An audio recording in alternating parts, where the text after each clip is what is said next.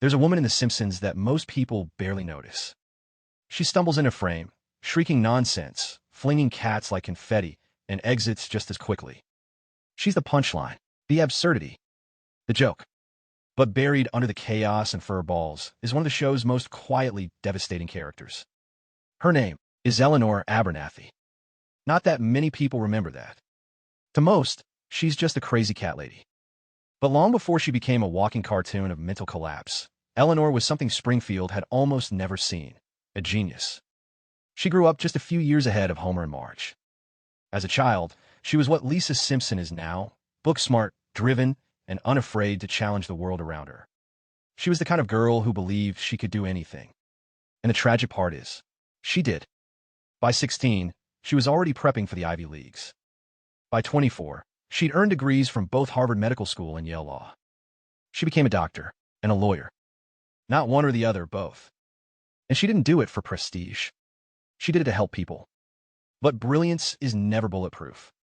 Somewhere between the long hours, the impossible standards, and the weight of expectation, Eleanor began to unravel. Not overnight, slowly, quietly. Her ambition turned to exhaustion. Her self-discipline collapsed into burnout. She left her job. She stopped going out.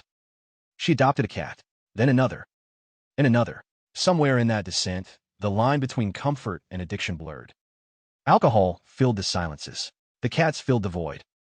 The world forgot who she was, and eventually, so did she.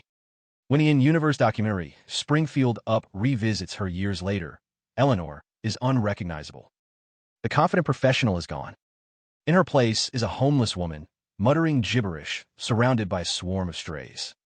Her Ivy League past isn't even mentioned. Her achievements are erased.